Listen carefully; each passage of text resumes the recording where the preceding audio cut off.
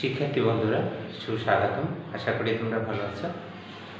আজকে যে বিষয় নিয়ে আমরা আলোচনা করতে যাচ্ছি সেটা হলো ষষ্ঠ শ্রেণীর 166 পৃষ্ঠার 3 নাম্বার যে অঙ্কটি আছে সেটা নিয়ে আলোচনা করব। একটি খাতার দাম x টাকা, একটি পেন্সিলের দাম y টাকা এবং একটি রাবারের দাম z টাকা। 1 নাম্বার যে প্রশ্নটাতে 3-এর যে 1 নাম্বার প্রশ্নটা আছে সেটা হচ্ছে মিতা 1 ডজন খাতা ও অর্ধ ডজন পেন্সিল ক্রয় করলেন। তাহলে 1 নাম্বার যেটা আছে সেটা আমরা লিখব। আমরা জানি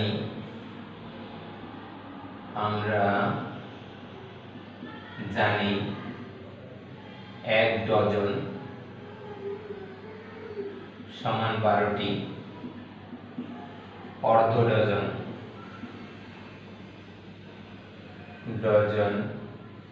সমান 12কে 2 দিয়ে ভাগ 6টি।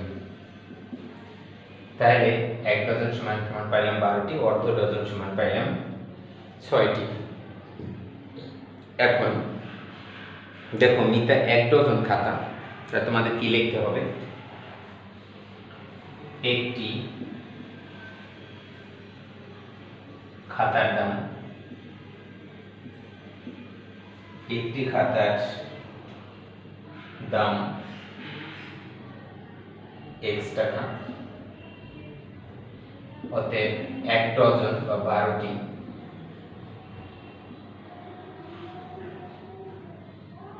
এখানে আমরা ইংলিশে লিখতে পারি, এরকম না লিখে ইংলিশে কিন্তু লিখতে পারি 12টি, এখানে 1টি খাতার দাম x গুণ 12 ইকুয়াল টু হবে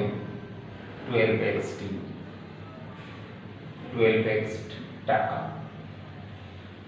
আবার অর্ধ ডজন মানে কি, কিন্তু পেন্সিল, একটি পেন্সিলের দাম, একটি পেন্সিলের দাম, একটি পেন্সিলের দাম y টাকা, অতএব অর্ধ ডজন বা 6টি পেন্সিলের দাম 60টি পেন্সিলের দাম y গুণ 6 সমান 6y টাকা। কথা হচ্ছে এখানে প্রশ্ন করেছিল তার কত টাকা খরচ হলো, তার মোট খরচ হলো, অথবা মিতার মোট খরচ হলো। অতএব তার মোট খরচ হলো 12x প্লাস 6y এত টাকা। তাহলে আশা করি তোমরা 1 নাম্বারটা বুঝতে পেরেছো।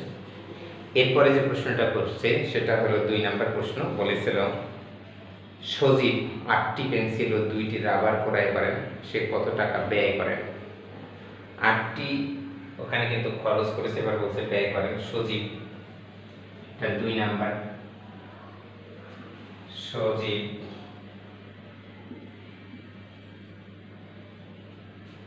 ব্যাপারটা বলেছে সজীবের। এবার লিখছি কি 8টি পেন্সিল, তাহলে তোমরা লিখবা একটি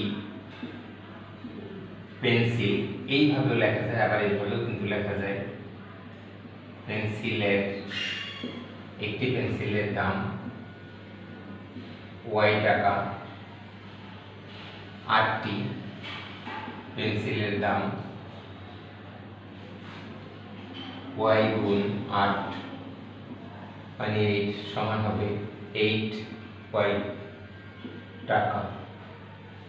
তাহলে এটা টাকা আসলো। আবার সে আরো কিনেছে 2টি রাবার, তাহলে তুমি লিখবে একটি রাবারের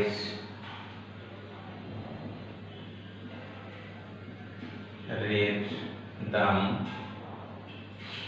z টাকা, 2টি রাবারের দাম z গুণ 2 অর্থাৎ 2z টাকা। মোট ব্যয় হয় সজীবের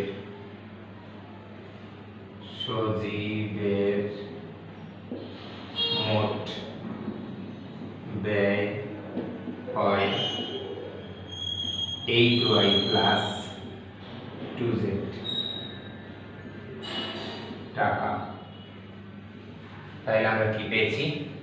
দ্বিতীয়টার উত্তর আমাদের দেওয়া শেষ হয়ে গেল। এবার হলো শেষ অর্থাৎ 3 নম্বর প্রশ্ন উত্তর। যদি আমরা 3 নম্বর প্রশ্নের উত্তর লিখতে যাই তাহলে অবশ্যই আমাদেরকে এখান থেকে একটু জায়গা তৈরি করে নিতে হবে।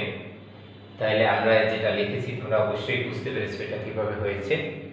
তাহলে বন্ধুরা আমরা অবশ্যই এখন এটা মুছে তোমার 3 নাম্বারটা দেখাবো। ওকে,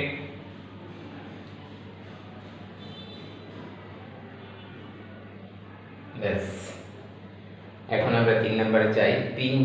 প্রিয়াঙ্কা 3টি খাতা, 4টি পেন্সিল ও একটি রাবার ক্রয় করে দোকানদারকে 100 টাকা দিলেন। তিনি প্রিয়াঙ্কাকে কত টাকা ফেরত দিবেন? তাহলে এটা 3 নাম্বার। 3 নাম্বার যদি হয় আমরা লিখব একটি খাতার মূল্য, একটি খাতার দাম x টাকা, অতএব 3টি খাতার দাম x গুণ 3 সমান 3x টাকা। আমরা খাতার দাম পেয়েছি। এরপরে নিয়েছিল 4টি পেন্সিল, একটি পেন্সিলের দাম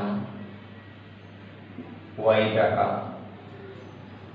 অতএব দিয়ে তোমরা লিখবে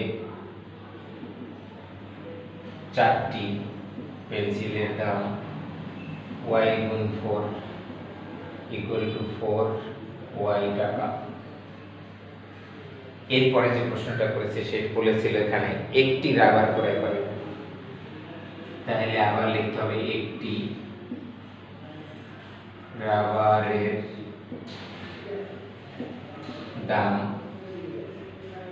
z টাকা। তাহলে তার মোট খরচ প্রিয়ঙ্কার, অতএব দিয়ে লিখব প্রিয়ঙ্কা মোট খরচ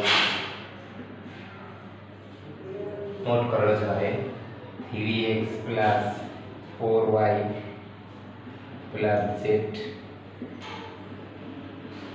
টাকা। দোকানদারকে দেয় 100 টাকা, তাহলে দোকানদারকে 100 টাকা দিলে কত টাকা ফেরত দিবে এমন কিন্তু প্রশ্ন। তাহলে দোকানদার ফেরত দিবে, দোকানদারকে দেয় দোকানদারকে দেয় এত টাকা, দোকানদার ফেরত দিবে, ফেরত দিবে 100 minus 3x plus 4y plus z এত টাকা। তাহলে আমরা এই হলো উত্তর। এখানে আমাদের 3 নাম্বার প্রশ্নের উত্তর তোমাদেরকে বলে দিলাম। বন্ধুরা আশা করি তোমরা সবাই বুঝতে পেরেছো। যদি বুঝতে পারো অন্যদের বোঝার সুযোগ করে দেওয়ার লাইক কমেন্ট শেয়ার করবে এবং সাবস্ক্রাইব করতে ভুলবে না। বন্ধুরা আমি প্রতিদিনই তোমাদের ষষ্ঠ, সপ্তম এবং অষ্টম, নবম শ্রেণীর যে কোনো একটি বই থেকে যে কোনো একটি অঙ্ক সমাধান করে দেই। তোমরা অবশ্যই উপকৃত হবে। মন দিয়ে পড়াশোনা করো এবং ভালোভাবে একটি জীবন গঠন করবো। আমাদের কিন্তু একটি স্লোগান আমি দিই, প্রায়ই বলি, আমাদেরকে সবচেয়ে প্রথম হলো সুস্থ থাকতে হবে। সুস্থ থাকার জন্য কি চাই? সুষম খাবার খেতে হবে, তারপরে পর্যাপ্ত ঘুমাতে হবে, সময় মতো ঘুমাতে হবে, অর্থাৎ রাত 11টায় ঘুমিয়ে যাও এবং সকাল 5টার দিকে উঠো। আর তোমাদের ব্যায়াম করতে হবে। এগুলো তোমরা ঠিক মতো খেয়াল করো। সবাই ভালো থাকো, সুন্দরভাবে অধ্যয়ন করে সুন্দর একটি জীবন গড়ে।